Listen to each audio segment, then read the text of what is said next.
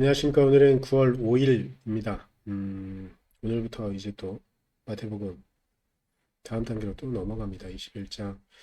마태복음 후반부에 가까워지며 오늘부터 이제 예루살렘에서의 예수님의 모습을 발견할 수가 있습니다. 오늘 읽어지는 말씀 가운데도 우리에게 다가오는 말씀이 단어 하나라도, 문장 하나라도 있기를 간절히 소망하며 우리 말씀 보도록 하겠습니다. 예루살렘에 입성하시다. 예수와 그 제자들이 예루살렘에 가까이 이르러 올리브산에 있는 벳박의 마을에 들어섰다. 그때 예수께서 두 제자를 보내시며 그들에게 말씀하셨다. 맞은편 마을로 가거라. 가서 보면 낙이 한 마리가 메어 있고 그 곁에 새끼가 있을 것이다. 풀어서 나에게로 끌고 오너라. 누가 너희에게 무슨 말을 하거든 주님께서 쓰려고 하십니다 하고 말하여라. 그래야면 곧 내어줄 것이다. 이것은 예언자를 시켜서 하신 말씀을 이루시려는 것이었다. 시온의 딸에게 말하여라. 보아라. 내 임금이 내게로 오신다. 그는 온유하시어 나귀를 타셨으니 어린 낙이 곧 멍에 매는 짐승의 새끼다. 제자들이 가서 예수께서 지시하신 대로 어미 나귀와 새끼 나귀를 끌어다가 그 위에 겉옷을 얹으니 예수께서 올라타셨다. 큰 무리가 자기들의 겉옷을 길에다가 폈으며 다른 사람들은 나뭇가지를 꺾어다가 길에 깔았다. 그리고 앞에 서서 가는 무리와 뒤따라오는 무리가 외쳤다. 호산나 다윗의 자손께 복되시다. 주님의 이름으로 오시는 분, 더 없이 높은 곳에서 호산나. 예수께서 예루살렘에 들어가셨을 때에 온 도시가 들떠서 물었다. 이 사람이 누구냐? 사람들은 그가 갈릴리 나사렛에서 나신 예언자 예수라고 말하였다. 성전을 깨끗하게 하시다. 예수께서 성전에 들어가셔서 성전 뜰에서 팔고 사고 하는 사람들을 다 내쫓으시고 돈을 바꾸어 주는 사람들의 상과 비둘기를 파는 사람들의 의자를 둘러 엎으시고 그들에게 말씀하셨다. 성경에 기록한 바 내 집은 기도하는 집이라고 불릴 것이다 하였다. 그런데 너희는 그것을 강도의 소굴로 만들어 버렸다. 성전들에서 눈먼 사람들과 다리를 저는 사람들이 예수께 다가왔다. 예수께서는 그들을 고쳐 주셨다. 그러나 대제사장들과 율법 학자들은 예수께서 하신 여러 가지 놀라운 일과 또 성전들에서 다윗의 자손에게 호산나 하고 외치는 아이들을 보고 화가 나서 예수께 말하였다. 당신은 아이들이 무엇라 하는지 듣고 있어. 예수께서 그들에게 말씀하셨다. 그렇다. 주님께서는 어린아이들과 젖먹이들의 입에서 찬양이 나오게 하셨다. 하신 말씀을 너희는 읽어보지 못하였느냐. 예수께서 그들을 남겨두고 성 밖으로 나가 베다니로 가셔서 거기에서 밤을 지내셨다. 무화과 나무를 저주하시다. 새벽에 성 안으로 들어오시는데 예수께서는 시장하셨다. 마침 길가에 있는 무화과 나무 한 그루를 보시고 그 나무로 가셨으나 잎사귀 밖에는 아무것도 없으므로 그 나무에게 말씀하셨다. 이제부터 너는 영원히 열매를 맺지 못할 것이다. 그러자 무화과 나무가 곧 말라 버렸다. 제자들은 이것을 보고 놀라서 말하였다. 무화과 나무가 어떻게 그렇게 당장 말라 버렸을까? 예수께서 그들에게 말씀하셨다.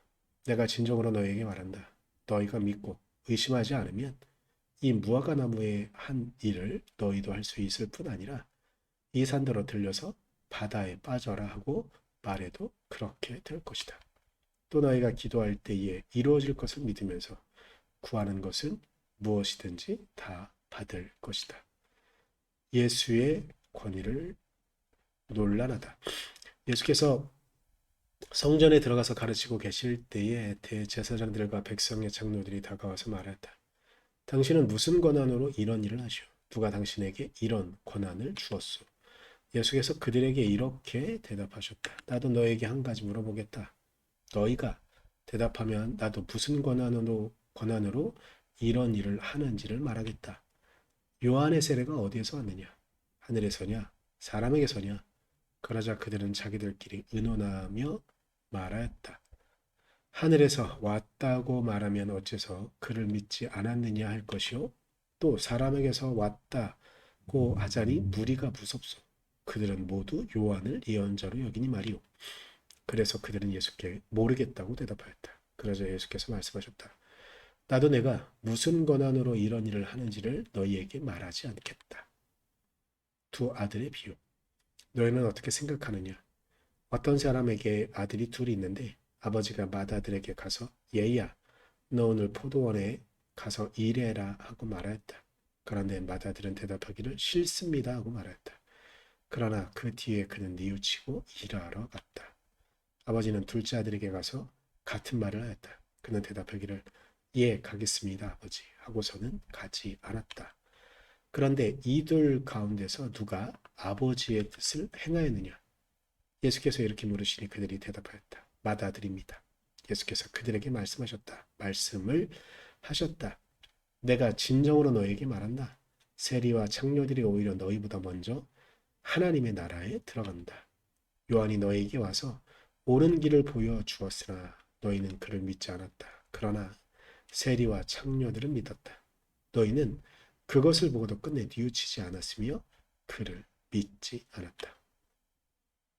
포도원과 소작인의 비유. 다른 비유를 하나 들어보아라.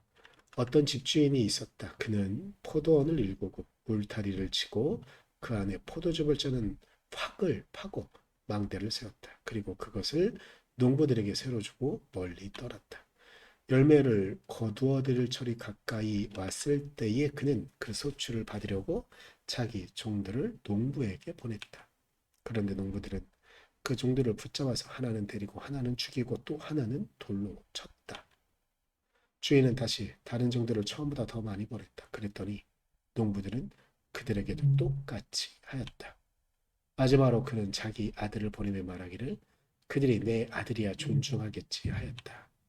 그러나 농부들은 그 아들을 보고 그들끼리 말하였다. 이 사람은 상속자다. 그를 죽이고 그의 유산을 우리가 차지하자. 그러면서 그들은 그를 잡아서 포도원 밖으로 내쫓아 죽였다. 그러니 포도원 주인이 돌아올 때 그 농부들을 어떻게 하겠느냐? 그들이 예수께 말하였다. 그 악한 자들은 가차없이 죽이고 제때에 소출을 바칠 다른 농부들에게 포도원을 맡길 것입니다. 예수께서 그들에게 말씀하셨다.